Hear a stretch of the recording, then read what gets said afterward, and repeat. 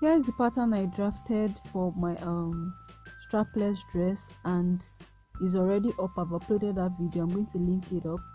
If you haven't subscribed to my channel, please do so by clicking the subscribe button so you get notifications whenever I post a new video. I have pinned my pattern to the fabric I'm going to be using to make this dress. The reason I use pins is so that it stays in place and I cut as accurate as possible. For the curved side, I added an extra half inch, as you can see, but later on I cut it out because I didn't need it. So after cutting this first pattern, which is a side or a part of the front bodice, I'm going to place that fabric I have cut out on fabric again and cut the opposite side. So right sides should be facing, so you have one for the left and then one for the right as well. So that's it for the left and right side of my front bodice.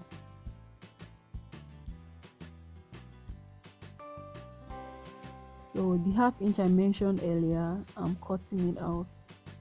I didn't need it anymore.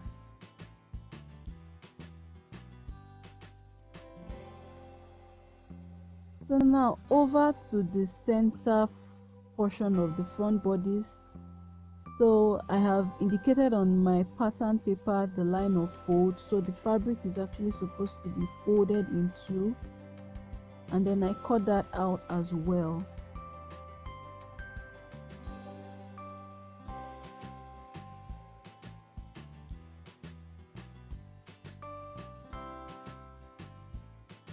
So that's it for the front portion of the dress. We have 3 pieces for the front portion, and then over to the back.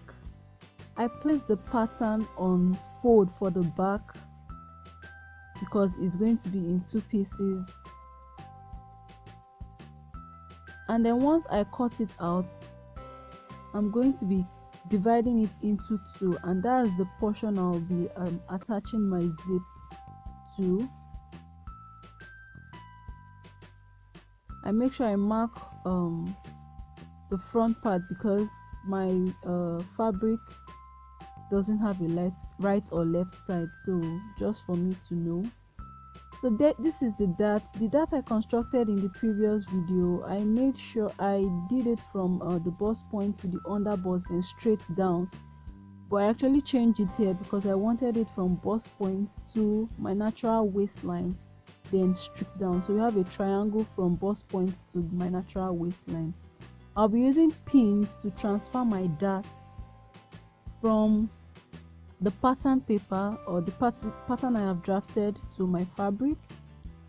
So once the pin comes outside the fabric, I'm going to just join the points where the pins are visible. So that is basically how I transfer that from paper to fabric or from fabric to fabric.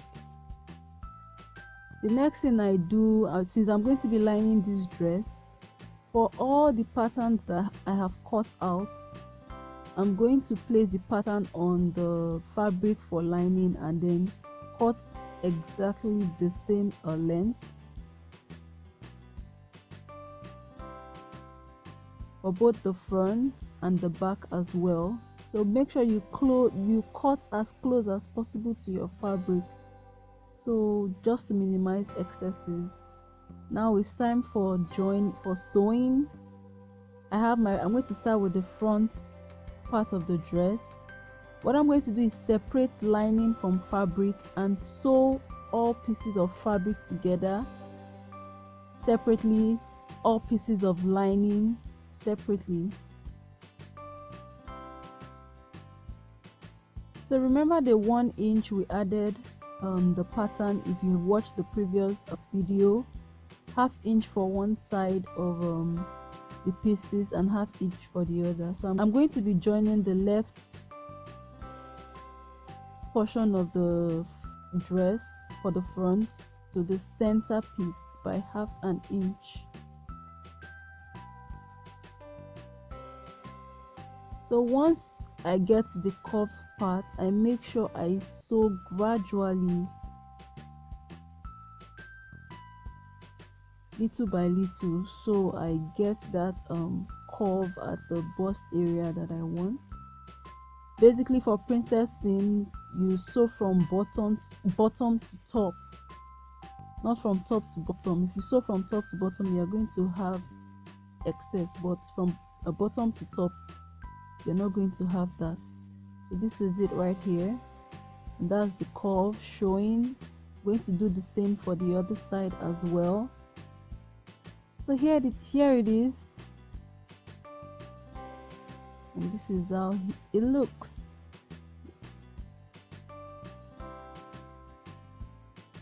So I have transferred my dart to my lining using the same process from paper to fabric.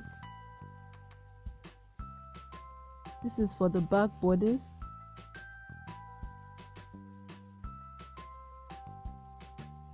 So since this is not cut out, and I said I wanted to my dart to extend from my bust point to the bottom of the dress all the way down, I'm going to just sew the dart along the markings that I have made already from top to bottom. So basically darts are sewn from the widest part to the apex. I've also done the same thing for the lining as well. Now I'm going to cut 1 inch off the bottom of my lining, and I'm going to tell you the reason why.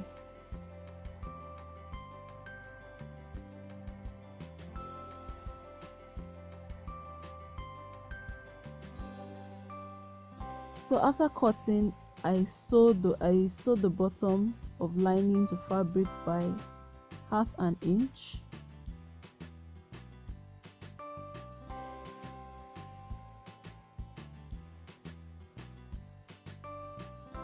So once that is done, I'm going to fold my fabric, the main fabric, inward by 1/2 inch as well. Remember, I've already sewn 1/2 inch, so making a total of 1 inch. Use my pins to hold the fabric in place, and then I'm going to be sewing the sides by 0.25 inches. That's 1/4 inch.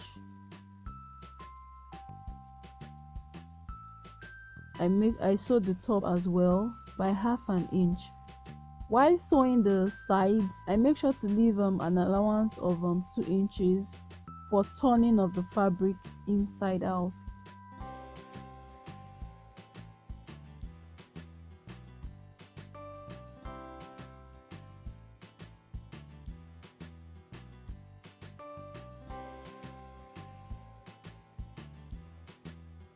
So that's the 2 inches I gave on this side, or about 1.5, and I use that to turn my fabric inside out, as I mentioned earlier. And once I turn it inside out, I give it a gentle press.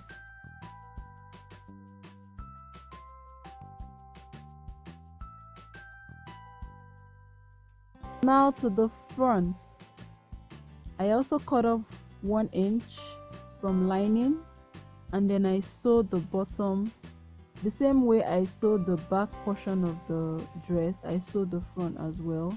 Sew the bottom by 1/2 inch, the sides by 0.25 inches, leaving an allowance of 2 inches for turning the fabric, for turning the dress inside out. I'm all done with that. Now I want to do a high slit and front just on one side, on one of the dart lines. So I use my seam ripper to open the seam on both lining and fabric, and I'm going to stitch where I want it to end. Then I close the seam the same way it was done earlier.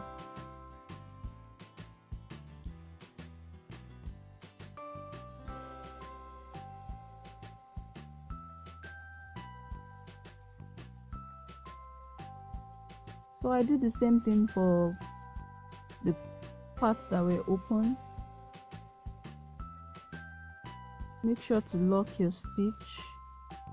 I made sure to lock my stitch as I sew along. Then I'm going to close the top of the front dress, the front portion of the dress, by 1/2 inch as well, making sure I follow the curve at the top.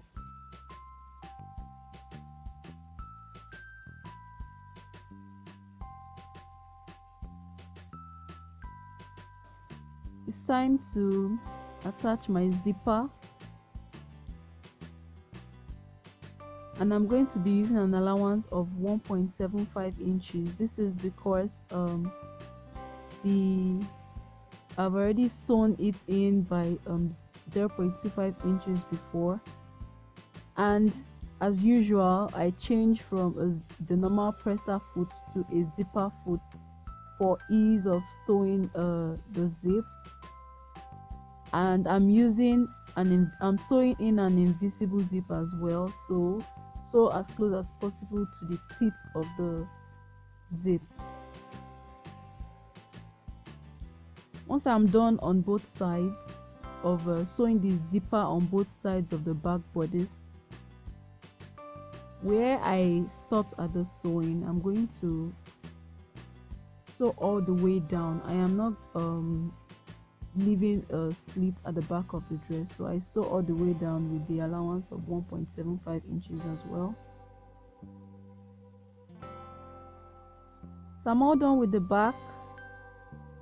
The next thing I'm going to do is to place my the front portion of this dress to the back and pin.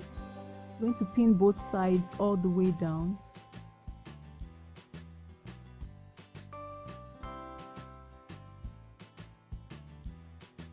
Then I do my necessary adjustments for my bust area, my under bust, my natural waistline, my hip,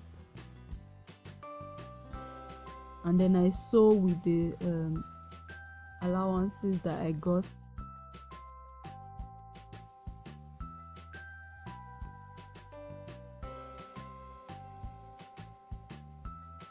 So once I'm done with this, I test my dress and give fittings where necessary. So my dress is all made.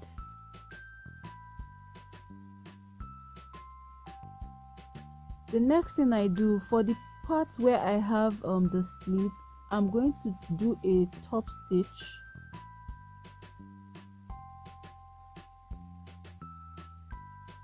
I'm going to do a top stitch, and then once I get to the part, the end of that slit, with the needle still in the fabric, I'm going to raise the presser foot, turn the fabric,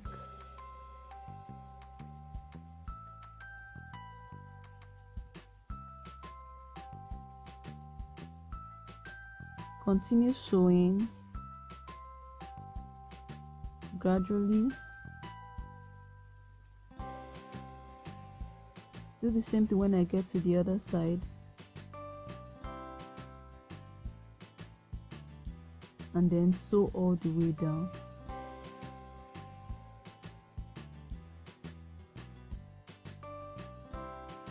So next, I'm going, for all parts of my dress that I used for turning, I'm going to seal with a top stitch as well.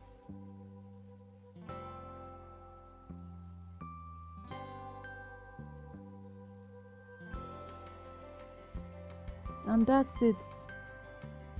My tip dress is ready.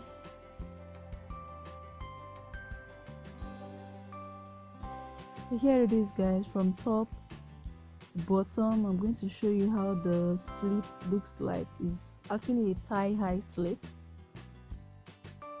So thank you for watching. Don't forget to subscribe. Bye, guys.